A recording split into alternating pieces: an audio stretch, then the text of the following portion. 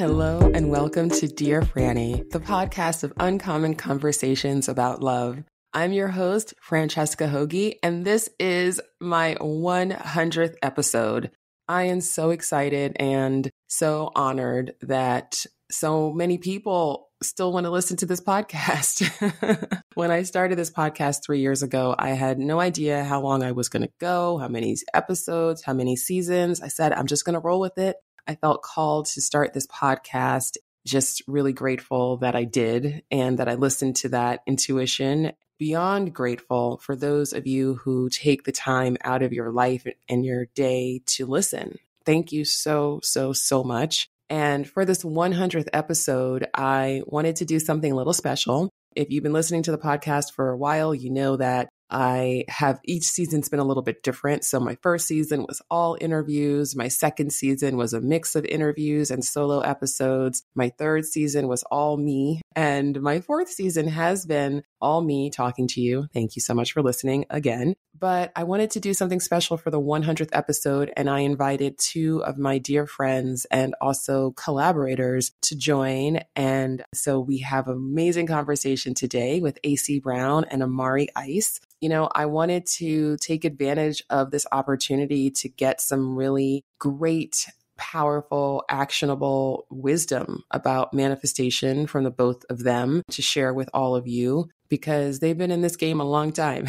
So we get into manifestation. Mari, Aycee, and I each answer a few questions about manifestation that I think will be really powerful and hopefully very helpful to you. So definitely enjoy this episode. But before we get started, I did not properly introduce Amari and Aycee. So I am going to read you their bios right now so you can know exactly the amazing people that you're about to hear from. Amari Ice is a gay love coach, hypnotherapist, and matchmaker who helps single men master their romantic magic by developing their dating skills, healing subconscious patterns of self-sabotage, and enhancing their romantic magnetism so that love becomes inevitable. I love that. Amari and I both say that. Making love inevitable. That's what we do. Utilizing his expertise in personality psychology, interpersonal communication, and romantic branding, Amari has helped over 1,000 men achieve emotionally intelligent results in love and life.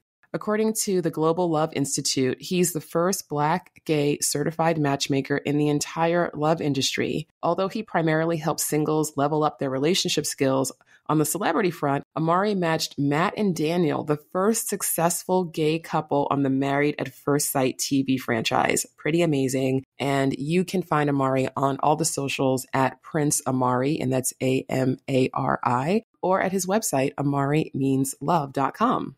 And Aycee Brown. Aycee Brown is a psychic channel, oracle, and voice of truth. Through spiritual guidance, she offers tools that inspire and motivate others to look at all parts of themselves so they can develop the awareness to heal and show up in their lives fully. Yes, Aycee Brown. Aycee knows that you were made for more than what you've been shown. Her unique wisdom and insight will allow you to step into the magical motherfucker you've always been. That's right, whether you knew it or not. So that's Amari and Aycee. And Aycee is AYCEE Brown. And you can find her on all the socials and her website, which is ayceebrown.com. All right. So without further ado, let us jump into my conversation with my friends, Aycee Brown and Amari Ice. Hi, friends. Hi. Hey. Thank you for being here. Thanks for having us. You know we got you anytime. Wonder triplets activate. So we're here to talk about our favorite topic, which is manifestation. This is my 100th episode of Dear Franny podcast. Oh, yay. I couldn't think of who would I rather have other than Amari and Aycee. There's no one. Fair point. Thank you both for saying yes and being with me on this momentous occasion. So this whole season of Dear Franny has been about manifestation, season 4, and each episode, different topic about manifestation. And here for number 100, I really wanted to take advantage of having the two of you and your expertise and your experience so listeners can really get the goods from the two of you. And we got some questions because I did solicit some questions from the audience. And what I discovered was some of them were like just a little bit too hyper specific to people's situations. And so I decided that the best way to do this would be to kind of take the main gist of the questions and just make the questions more general. So if you did submit a question, thank you. And you did contribute. Even though we're not answering your question directly, we are still speaking to you. So thank you. All right. So the very first question is, how do you manifest? How do you manifest? So I don't know if one of you wants to start. I can talk about, but they hear from me a lot. So there's not going to be any video. So you can't see that Amari is wearing his crown. So Amari just put the crown on. Oh, man. Got his crown on, child. I ain't got one on. I just got on my dress. I decided I should put one on today. I was like, fuck that. Yeah, I only wear my crown whenever I'm at work. Wait, I didn't know that. Holds, please. So, wait a minute. Gotta interject. What do the people that you are dating or in relationships do when they see you put this on? They're like, what are you doing? He'd be like, oh, you at work. I'm going to leave you alone. Very good. See? The people know.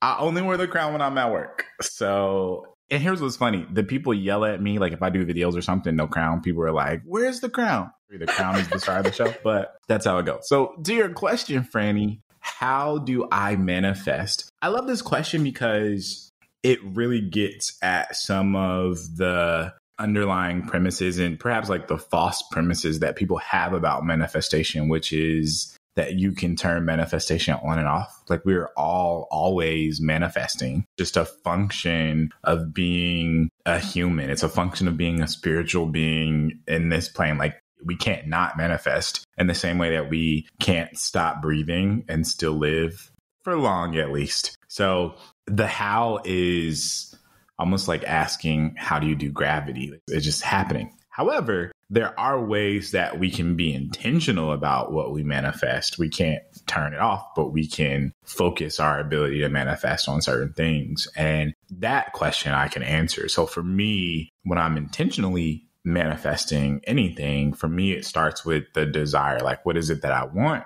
Right. And then the decision to allow myself to have that desire. So to make this more simple, the desire is already there. I didn't make myself want something. I just do. And so normally I start at, it's the decision. That's the first step of the process, but it's in response to the desire that's already there. Once I've made a decision to let myself have something, let's say it's $1 million, right? I'm deciding to allow myself to have $1 million. That's the decision. The second thing is making peace with the decision that I've made. And this is for a long time, I will always get caught up here around, I want a thing. And now how do I, get on the frequency of it? Or how do I get on the same wavelength of it? Because that's what you get taught you need to do to manifest. But in reality, when you make peace with the decision to let yourself have something, that is the moment you get in harmony on the same frequency, on the same wavelength as the thing. So I allow myself to make peace with what I want. And then I do whatever my instincts tell me to do next. Sometimes that's go take a nap. Sometimes it's watch a Netflix show. Sometimes it's go get a bottle of water. But inevitably, that action will lead me to something else I didn't even think of and would seem benign. So it's something I couldn't necessarily plan. For example, it's go get a bottle of water and I get up and I go and, oh, there's no more in the pantry. Right. A new delivery got dropped off this morning. I forgot to grab it. Let me go grab it. And then I bump into someone in the hallway when I'm going for the delivery. And that turns into an opportunity and they connect me to somebody that, allows that manifestation of money or whatever it is to come to fruition. So it's not like I want to find love, make peace, and then immediately get on a dating app. Sometimes it is, but it's really about trusting whatever your instincts are telling you to do, because the fastest path between you and the manifestation of your desires is your instincts and your intuition. That's the short answer to the question. For me, it's after I have a desire, make a decision to give myself permission to have it, make peace with that decision, and then do whatever I feel like doing next. And inevitably, whatever I have the intention for is going to show up. That's how it works for me. How's it work for you, Aycee? That was good. It's funny when you said make a decision, because I have made a decision, and I don't know when this is going to air, but I've made a decision that, and it's been a really strong decision, but it's been really strong, that I am going to get an amazing literary agent, and then before the end of the year sign a 6 or 7 figure like book deal. And so that's my decision. I've made that decision. I've taken the steps. I'm doing the thing, all of that. And so today I got an email from a major publisher, but making the decision is half the battle, then surrendering and how it comes. So mind you, this is just a thing in the hat. I'm going to have a conversation. So I'm still in the process of writing the book proposal. But how that email got to me is someone who knows me had a meeting with the company and told them, I don't have the time right now to write. That's not where I'm at right now in my life. I'm not ready for that. And so the person was like, oh, do you know anybody who's ready? She was like, yeah, I know somebody who's ready for that right now. And they gave him my name. The person who gave my name had no clue that I was been working on a proposal. But that decision part is so important. And I think when we talk about how do you manifest or how do I manifest, a lot of the times that decision wasn't decided. And that's why I didn't get what I wanted. But now that I'm being a lot clearer in deciding, no, this is what I want, and releasing it, it's been a lot easier and things start coming to you faster.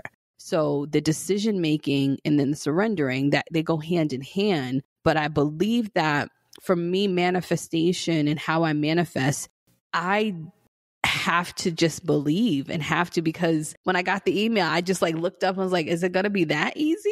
And and so I'm like, it's going to be that easy. Okay. You just have to kind of, or as I like to say, you have to clear the path for the things to come to you. That's delicious. Ooh, and you made me think about something. Speaking of delicious, a lot of times we say we want something, and this is kind of connecting to that decision piece. How do we know when we've made a decision versus when we're just like, oh, it would be nice to have a thing? And I think of it like going to a restaurant and the waiter asks, what will you be having tonight? And you're like, oh, I'll have the salad, right? That little nuance in language, I want a salad versus I'm having the salad.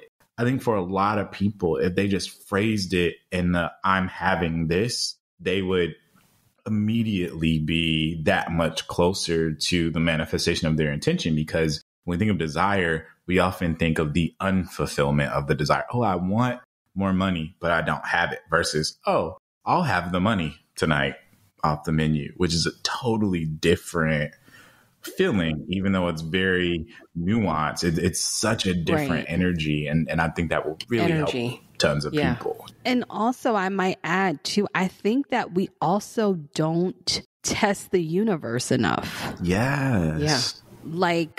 No, I want this. If this is in alignment, or show me, present something.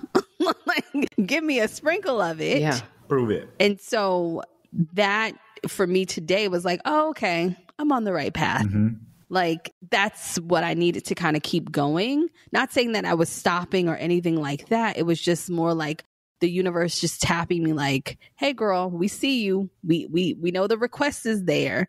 Keep doing what you're doing, kind of thing. Yeah.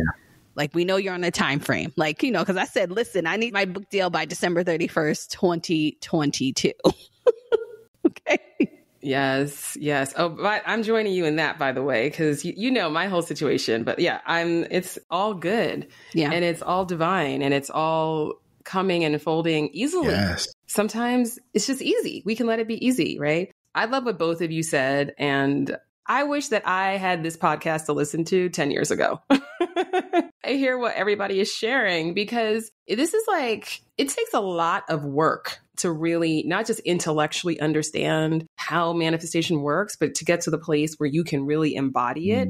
I'll speak for myself. I mean, there's always the things that we all naturally manifest very easily, because just by default, our programming is very aligned in terms of our desire for something and our belief that we can have it and all of that. So some things we all manifest easily, but I'm talking about for the things that weren't so easy, right? it's been a long journey. So it's exciting to me to get to have these conversations so people can learn from them and not have to do all of the trial and error that we had to, right? But I love it because everything that you both said is really exactly, I mean, I agree. And I think I thought about this question in two ways, like in terms of number one, like mechanically, like what do I do to manifest, right? And mechanically, I write it down. I write down what I want. And then I go to town. So I write it down and I go to town. Write it down, go to town. On a bus, a plane, or a train. And I go to town on just getting excited about it, right? I go to town on just doing, like, just like both of you said, like, what is arising for me? Like, what's the inspiration, right? Because some things it's like, oh, now okay, yeah, okay, all right, I'm gonna go do this. And then I'm gonna like research it, or I'm gonna do a deep dive in a book that I know is really gonna inspire me and get me aligned, or what meditation, like all those things that get me to that place where now I can trust that whatever's coming up and saying, okay, hey, do this, hey, do that. It's all in alignment, right? So that's mechanically how I manifest. And in terms of foundationally, it's really, you both just totally said it. It's like, I used to be a person who very much was like, okay, I want to manifest this, I want to manifest that. And I could like have a whole list of things that I want to manifest. And now it's different because now I know that as long as I am being in alignment with my true self, that things are going to arise just naturally. And I got an idea this morning for a new business. I was like, oh, okay. Yeah, that feels good. I'm like, all right, guess I'm doing that. I'm not doing it right now because I have other priorities at the moment, but I have gotten to a place now where I trust that if I want it, then it's mine. As long as it's coming from that true place, right? My true self, not from my ego mind, not from my like, ooh, that's a shiny thing. But like, if it's coming up like, ooh, this is an experience you want to have. Money. This is a big aha that I had. Everybody has different reasons for wanting money and everybody's reasons are different. But I can just tell you my whole life, I have wanted money. It's part of my true nature. Like as a child, I was like, wait, why do we live here and not there? I don't understand. Yes. It's been a mix up. I'd be like, wait a second. What do you mean we can't afford that? That doesn't, I don't think so, right? Like, it's just been in me. I just take it to this point. I'm like, it's just a spiritual assignment. Like, yeah, that's it, right? And so just like all the other things that I've been called to experience in my life, it's like, that's my assignment. I'm not going to judge it.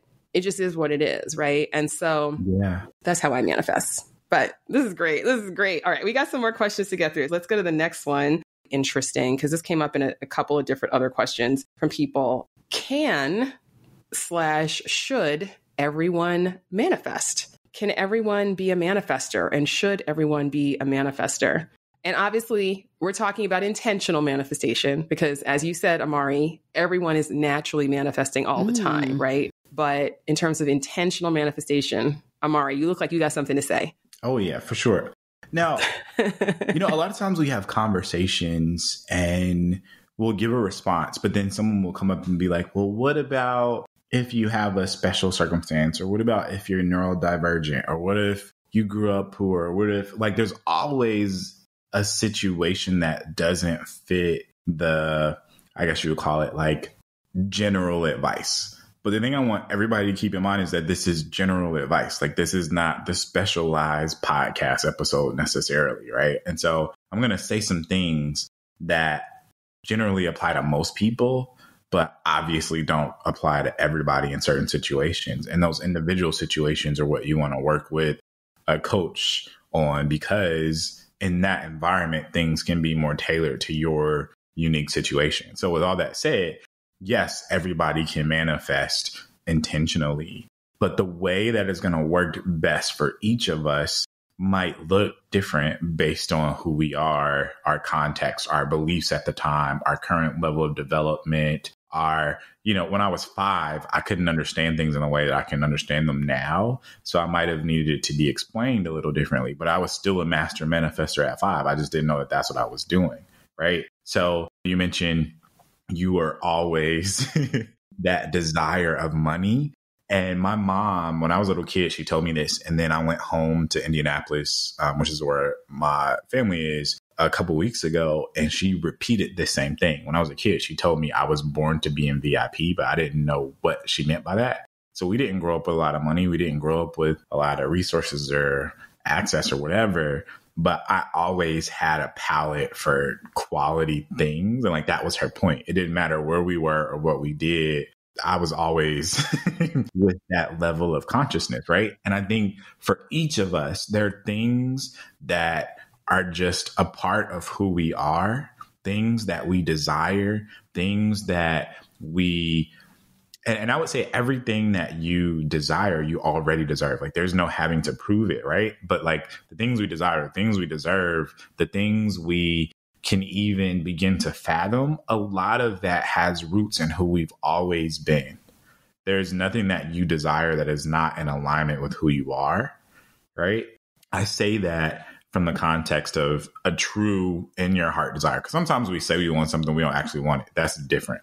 Sometimes people tell us we should want things and we're like, okay, I guess I want that. That is also different. That is not what I'm talking about. I'm talking about the things that are yours, that no one had to convince you or, cajole you into desiring. It's just, you already want those things. Those are meant to carry you along your path, along, your own growth, development, evolution. Like, these things are meant for your journey. And to not fulfill those things, I feel like then puts us in a position to delay our own progress. And so the desires we have are like the breadcrumbs that the universe has given us internally that tell us where we are meant to be, where we are to go, what we should be doing, what we should be having. Like, I feel that way about it. Yes, everybody has those, but it's going to look different based on your individual experience, your mindset, your heart set, like all those different things. Love it. Aycee Brown, how about you? Can and should everyone manifest? Yes, everyone can and everyone should, because at times for me, manifestation was a part of my survival. So I had no other choice to manifest or to think outside of what I saw to bring the things that I wanted to when times were really, really hard. I remember this is bad. I hope this doesn't happen. I'm trying to manifest happiness, but probably for, maybe like the last 6 or 7 years, I've cried on my birthday. And some of those cries were like really rough cries of me not being able to pay my bills and all of that stuff. This birthday was bad. My dog died on my birthday. So that was rough. But next year, I'm not crying on my birthday. But I say that to say I might cry if it's a good cry. Manifesting has gotten me through, even if it was manifesting $25. Absolutely. Yeah. Manifesting an Amazon gift card, manifesting something really small to just help me keep going. So I do believe that everyone can and they should, because for some of us and at certain times in our life, it is a part of the survival and how we are getting through. Amen to that. I agree. Everybody can manifest, and I wish that everyone would. Think, to your point, Amari, are there factors that make it more challenging for some people to manifest in some situations? Yes, right? Just practically speaking. But the real reason that most people don't manifest is, in my opinion and experience, it's not because their circumstances are such that they're not going to get what they want, because if you have the desire, I don't believe that the universe says, if you have the desire, you can have it, except for you. You're different, right? You might have to go about it in a different way, right? You have to start to shift how you think and your perspective. But to make the decision. Yeah. Ultimately, what I see holding people back from manifestation is that they don't have the will. They don't have the will to commit to the journey. It's in that place of wishing and hoping and fantasizing and wanting, but it's not in that place of, all right, well, this is what I'm going to have, right? And I've done this so many times, in my life, where it's just been like, I remember studying for the bar, right? Because those of you who are listening, I was an attorney in my former life. And I remember when I was studying for the bar, and all my classmates, and I went to University of Michigan for law school, and I stayed in Ann Arbor for the summer after graduation. And most people did, right? Because you just, study, and there's bar courses and whatever. And my view on the bar was, I'm only taking this test one time. failure is not an option. Like literally, I was like, there's no choice but to pass. But also, I'm a projector, right? I'm not a burn the midnight oil. I've never pulled an all-nighter in my life, right? And so I'm surrounded by all these type A law students. People are studying from sunrise to midnight. And I'm like on the sofa watching a baby story, a dating story, a wedding story. Law and Order, being like, I need to go take a break. Oh, those shows were so good. They were so good. They were so good. And I remember there being times where I was like, I would get kind of paranoid, like, I am studying a lot less than everyone else. I was like, but it wasn't like I wasn't studying. It's just, I can only study for a few hours a day. And then I was done. I was like, all right, wall is hit. I can't do anymore, right? I passed the bar with flying colors. I got a higher score on the test itself I'd ever gotten on any practice exam. And I truly believe it's because I was just like, there is no other option. I will pass this test. And I did it my way. I didn't fall into the pressure of, okay, now I have to force myself to sit and study for 12 hours a day and kill myself, right? Yep. I couldn't do it. And I didn't do it and it all worked out. Okay. I think it's about that desire, right? And it's just about that decision. And that is the part. And I think that is really where people need the coaching, right? The coaching comes from, how do I overcome my resistance to claiming it, right? Because that's the work. Because otherwise, once you get there and there's no resistance and you just open yourself up and you're allowing yourself to be guided, that's when everything flows, right? So the desire and the flow, that it's that balance that gets in the way. Next question.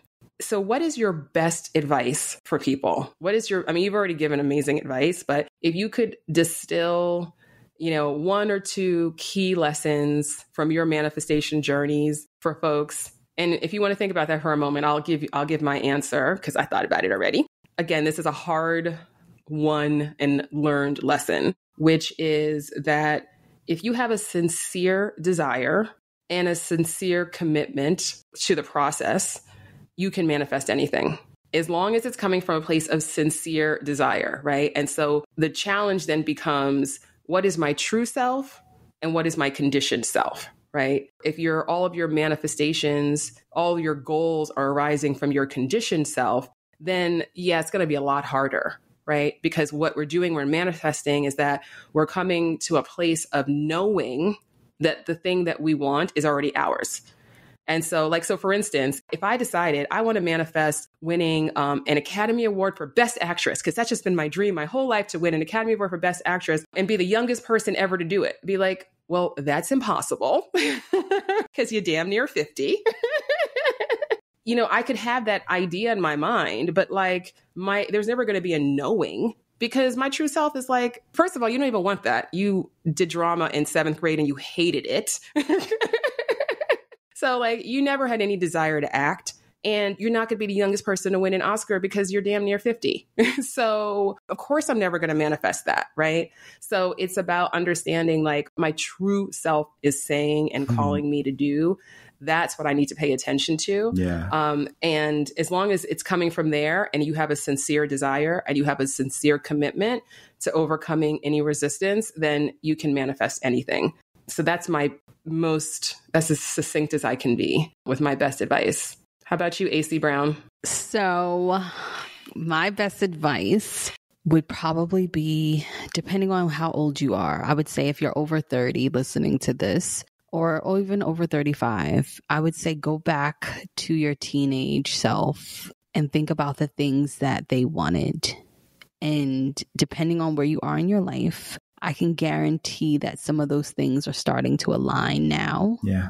And if you can just take a moment to ground yourself and tap into that younger self and ask them, is this what we wanted? Is this what we planned? And if the answer is no, then you have an opportunity to change it. Ooh. No matter where you are. Your younger self will tell you the truth too.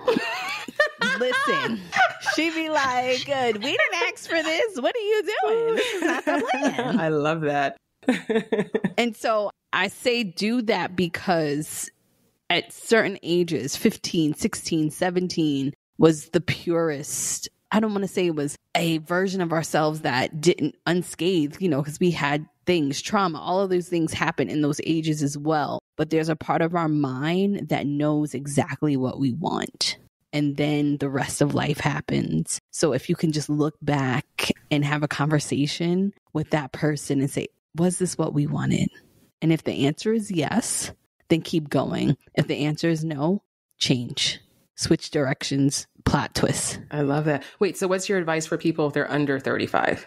Live, make mistakes, be okay with knowing that who you are today might be a different person, and be okay with that. And not because things are not going great, but there's just an awareness about yourself that you gain when you age that I knew was possible, but I didn't understand it when I was 25, when I was 30. But the clarity that I have now is, I can't even express how clear things have gotten. And so allow yourself to live in the clouds and the cloudiness if you are under 35. Allow yourself to live in the clouds. Oh, I love that. I think for me, it was 40.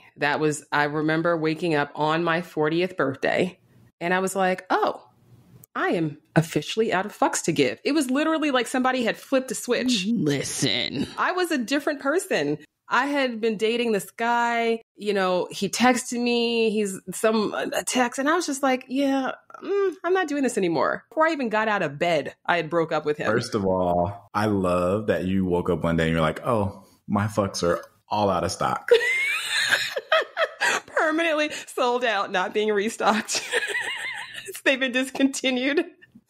I was like, I'm 40. I'm not doing this shit no more. I'm 40. I ain't doing this no more. It was so liberating. Oh, God. Love that. I can't wait to turn 50. Oh, my gosh. A little more than 2 years to go. Oh, I love that so much. And I can't wait, because when I turn 50, y'all, watch out. Okay, Amari. And it kind of blends into what my advice is. I think a lot of times, we have this desire, especially desires to do something big, to like something life-changing, to change the world, to make millions of dollars, to have the relationship of our dreams. Like when we have been through situations that have felt disempowering, or situations that don't allow us to be in the flow of our own instincts, it can often feel like wanting something is pointless. It can feel like desires are not going to get fulfilled anyway. So why should I let myself want something if I haven't been able to, experience what it's like to not have to struggle in whatever that area is you may be struggling in? And so it often brings up the concept of, like, some people call it imposter syndrome. Like, who am I to have the money? Who am I to have the relationship? Who am I to, have the body I want, whatever. And the thing that really shifted things for me and works so well for a lot of my clients, my favorite phrase is, why not me? Why not us? Right? Why not? Like, all the stuff we've been through, why not? Yep. I love it. Have something good happen. And I think often we will not necessarily recognize that our identity is the template for everything that we manifest. Mm-hmm. And if I see myself as a person who doesn't deserve or doesn't, have the whatever it takes for the desire to be possible, we will usually sabotage the opportunities to make it possible. And I don't mean necessarily go and do something physically, but we will talk ourselves out of making the decision to have it, right? Or you won't even see the opportunities. You'll be totally blind to them. Yeah. Mm-hmm. Exactly. We'll just be blind to it because, we've decided that for us, it just can't be possible, or it can't last, or whatever. But again, why not you? Right. And if you can see just a little bit of that, right, a little bit of the gumption that why not me gives to be like, oh, well, maybe I should give myself permission to have this. Maybe I can test it out, even if I've never experienced whatever good this is before. It can create this shift in what you not only see for yourself, but see or say about yourself, the way that you talk to yourself internally. And that why not becomes, oh, well, then I can, right? There's not a reason I shouldn't give myself permission to have the things that I want. So I am going to give myself permission, and I'm doing it now. I'm giving myself permission to have the relationship. I'm giving myself permission to have the money, to have the body, to have the health, to have, the bigger bedroom. Like it can be totally benign. It doesn't really matter what it is, but giving yourself that permission is what immediately shifts your identity from someone who cannot have or can't do or can't be whatever it is that you want to someone who can. And the moment you see yourself as the person for whom the relationship is inevitable, the money is inevitable, is the moment it becomes inevitable for you. And all you gotta do is make the decision and give yourself the permission to have it. So that would be my piece of advice. Why not you? Yes. No, I mean, it's amazing advice. And I think it's definitely, if you want to be an intentional manifester, and I say this all the time in Manifestation Monday, join us on Clubhouse for Manifestation Monday, every Monday at 4 p.m. Pacific, 7 p.m. Eastern. And actually our 2-year anniversary of Manifestation Monday is coming up in a month, which is wild. But anyway, crazy. But if you want to call yourself a manifester, you have to believe that the desire that you have is because that thing exists for you. Like you have to, it's like the law of correspondence. Like it's not coming from nowhere. And I see so many people fighting against what they want because they just can't believe it. They just can't believe it's for them. There's so much evidence, quote unquote, evidence and feedback from our current reality, right? That give us these filters that we can't see anything different, right? And so what you said is just so important. And it is like taking the leap of faith and then understanding that that's how all of the rest of it's going to unfold. But until you take that leap, you're never going to see. So if you're standing here waiting like, I'm not going to believe it, I'm not going to believe it until it shows up. It's like, even if it does show up, you're not going to see it. You're going to totally overlook it. You're not going to know what's right for you, right? Or you're going to be like the lottery winner who wins the lottery and then is bankrupt in 5 years because you weren't ready for that windfall. And we get windfalls of everything, of love, of opportunity. Yes. Like I tell people this all the time. I'm like, I promise you that there are many people on this planet who could be an amazing partner for you. And you have met some of them. You'll meet more, but you have met some of them. No, look at me. I said, oh. Listen, you met them. You have met them. It is how it works. You have met them, but you were not able at that time to see them, to recognize, to receive it. Because the other thing about it, especially when I did an episode a couple episodes ago specifically about manifesting romantic love, because it's not that it's actually harder than manifesting anything else, but practically speaking, it can be because we have so much conditioning that takes us away from our true self and puts us in this conditioned self with all of these filters when it comes to romantic love. So when you have so many filters on, like think of an extreme example. So extreme examples are always helpful to illustrate. There are some people, totally stereotypical class example of like a really rich guy who wants a partner who just looks like a Barbie doll. He doesn't care what she thinks. He doesn't care what she believes. He doesn't want to hear what she has to say. He just wants somebody who looks a very specific way and will do his bidding. Okay. There are people, that's what they want. It's not that that person doesn't have in his heart a true desire for love, because our true selves are love. That's how our true selves operate. So we always want love, but he has so many filters through his conditioning that the only thing that he is actually open to receiving is somebody who shows up looking like his dream Barbie doll. Right. And so does that mean that there were not lots of other people who fit what he actually needed and desired, or what would have been the best fit for him? All right. That makes sense. Exactly. So it's just a matter of getting curious about, what are the ways in which I am doing that? What are the filters through which I'm seeing the world? I'm so laser focused on one thing, some conditioned idea. I don't see any other possibility. Right.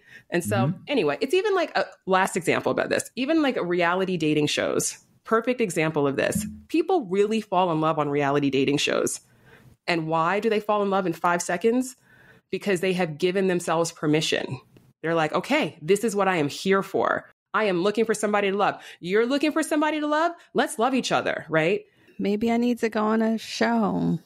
And then they get into the fantasy and da-da-da. And so because they don't have the self-awareness, typically speaking, so they're just projecting onto each other and it becomes a whole mess. Good TV, maybe, if you like mess. Less good relationships, generally speaking, right? And so it's just a matter of understanding that when you see somebody who hits all those buttons and you're like, ooh, and then you get excited and you decide to open your heart to that person, you've made a decision. I'm opening my heart to this one because they're hitting all the marks, right? So just imagine for whom your heart was closed. And so you couldn't see and you couldn't receive. I think what's so interesting about this is, from the hypnotherapy standpoint of things with love, there's only one belief we need to have that will allow love into our lives. And that belief is, I am lovable just as I am right now. Because often the reason that love is so hard for a lot of us is that we believe that there's some part of us that isn't lovable, right? And that usually turns into there's not enough good people out there, when really that's a way for us to avoid saying, I don't think a person will like this about me or love this about me. But the moment we can make peace with that and be like, oh, there was literally a slew of people out there that are designed just for me as I am now. The moment we can accept that, and again, why not me, right? Why can't I be somebody for whom multiple people were already designed and all I have to do is find one or let one in, give one the permission to get close, right? If we look at it from that perspective, people usually get into relationships a lot faster because they're like, oh, this person is going to love the fact that I'm so into astrology and all the metaphysics. This person's going to love the fact that I have dimples. This person's going to love the fact that, I gained 20 pounds over quarantine. Like, this person's going to love all those things about me. And guess what?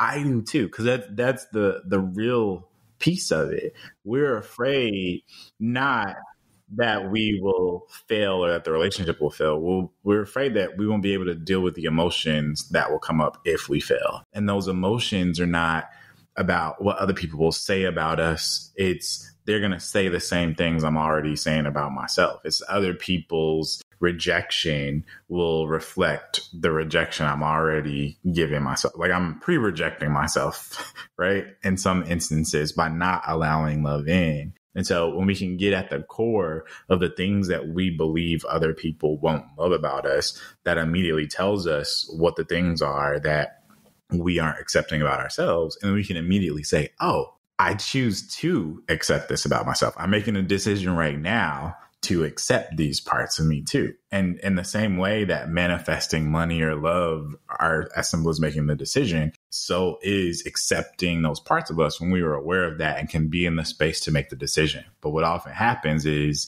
but maybe those parts aren't lovable enough. So we usually have to do a little work with someone else to keep us from going into the pattern so that we can stay with the decision of allowing ourselves to be lovable enough as we are now. That's usually the work that we have to do with therapy or in coaching or, with a specialist. It's not because it's hard on its own. It just takes the ability to step outside of our own programs long enough to see what they are and change them. It's like putting if anybody remembers PCs from back in the day when you would put your computer in like safe mode to do like a defrag, it's like that. But a lot of us just don't know how to put ourselves in safe mode first so that we can surrender and change out the programs. Okay, you got a point or whatever. You got a point or whatever. Amen to that. I love it. And okay, and that's actually a perfect segue to my final question for the two of you. Speaking of coaches and specialists and experts who can help you with these things, Aycee Brown and Amari Ice, how can people work with the two of you? Oh, that was easy. I was like, where's the question? Well, they can go to ayceebrown.com and fill out my contact form, or they can email my assistant at ayceebrown.com and they can figure out how to work with me there. But I work with people one-on-one I like working with people long term now, and it's hard for me to let that go because it's really effective. I wanted to not do one-on-one for a long time, but I can't not get away from it because I love the relationships I build in a one-on-one container. And I also have a program called Healing the Wound, which we heal money and just self-worth and things like that through the lens of human design and astrology. And yeah, but just reach out. If you don't see anything, just reach out and I'll tell you how to work with me. I love it. Thanks, Aycee Brown. Thank you. How about you, Amari? Yeah, I'm really easy to find. I mean, just Google me, Amari Ice. Amari with the A-M-A-R-I. Last name is Ice. My website is amarimeanslove.com because it does. And then on Instagram or all the social medias at Prince Amari. I primarily work with gay singles, helping them develop their dating skills. But, I'm of the mind that I'm meant to help lots of different kinds of people. So if you feel drawn or you resonate, definitely hit me up, even if you don't necessarily fit that demographic. Marketing, you got to be specific, doesn't mean you exclude people. So feel free to send me a message or book through my website or do whatever if you feel drawn. I do tons of things, but I usually keep it focused. So I'm a hypnotherapist, relationship coach, and matchmaker, and all of that is focused on love. But I have tons of tools and expertise in lots of different methodologies, much like Aycee. We can kind of do anything. It's just if you feel called, if you feel connected, reach out and we'll figure something out. Amazing. Reach out and touch somebody's hand. Okay, somebody's hand. Yes. And we will. Make this world a better place. If you can. Which you can. Wow. You're the first person to ever sing on this podcast, Aycee Brown. I love it. Listen, invite me back. I have some tunes. A&B selection by Aycee Brown. Girl, you coming back. You're coming back. I think the two of you are my only repeat guests on the podcast. Actually, no, that's not true. My friend Corinne was on twice. Okay. But you're in a very select crew. And you're my first guest on the podcast all season in 2 seasons. Oh, wow. Wow. I haven't had any guests in 2 seasons. So you guys are very special to me. And I thank you so much for being here. We love you so much, Franny. Thanks for having me. And also want to let our listeners know that, Amari and Aycee and I, we are in month 6 of a 6-month manifestation mastermind that we've been doing. And we have some clients and we meet every 2 weeks on Zoom. And we are coaching this small, amazing group through their particular goals and to their particular goals. And we are going to do a second cohort, right, guys? Yep. Mm-hmm. So if you're interested in being part of the second round of our manifestation mentorship, did I say mastermind the first time? It's a mentorship. So we are your mentors, the 3 of us, and we work with you on specific goals that you're manifesting. So if that sounds good to you, then reach out to any of us, including me. I'm at Dear Franny everywhere, as you know. And yeah, that's it. But I thank you both so much for all of your wisdom and guidance. And I know that the audience is going to love it. And thank you for being on my 100th episode. Yay! 100. Thanks for having us, friend. All right. There you have it. I hope that you enjoyed this episode. I hope that you got some really good advice. I know that I'm excited to listen to this again, listen to this conversation again and take some notes. So hopefully you will do the same. And I just have to, again, express my gratitude and appreciation for you listening to the podcast, taking the time out of your day. And if you're brand new to the podcast, welcome. And I hope that you stick around. Season 4 is going to be wrapping up soon. However, season 5 is coming this fall, and I am going to be returning to an interview format. So there'll be lots more conversations with some fascinating people coming up. So please stay tuned for that. Make sure that you subscribe to the podcast if you haven't already. And if you did enjoy the podcast, I would so appreciate if you either shared it with a friend, shared it on social, or rated the podcast. We've got some great reviews and so grateful for that. And for those who've taken the time to do that, it helps the podcast and it helps me to know that I'm on the right track. So thank you so very much. And as to how you can get in touch with me, I'm at Dear Franny on all the socials. You can find me on Instagram, on Twitter, on Clubhouse. As I mentioned in the episode, and many of you already know, I host a room on Clubhouse every Monday about manifestation called Manifestation Monday. And that's at 4 p.m. Pacific, 7 p.m. Eastern here in the US, 6 p.m. Central. That's midnight UK time, et cetera, et cetera. But even if you can't attend that room live, you can still catch the replay. So make sure that you find me on Clubhouse. Again, I'm at Dear Franny. And yeah, just really humbled and grateful to have this show and this opportunity to connect with you. I am still taking on a couple of clients for the fall. So if you are interested in working with me one-on-one, reach out, set up some time to talk and see if it's going to be a good fit. All right.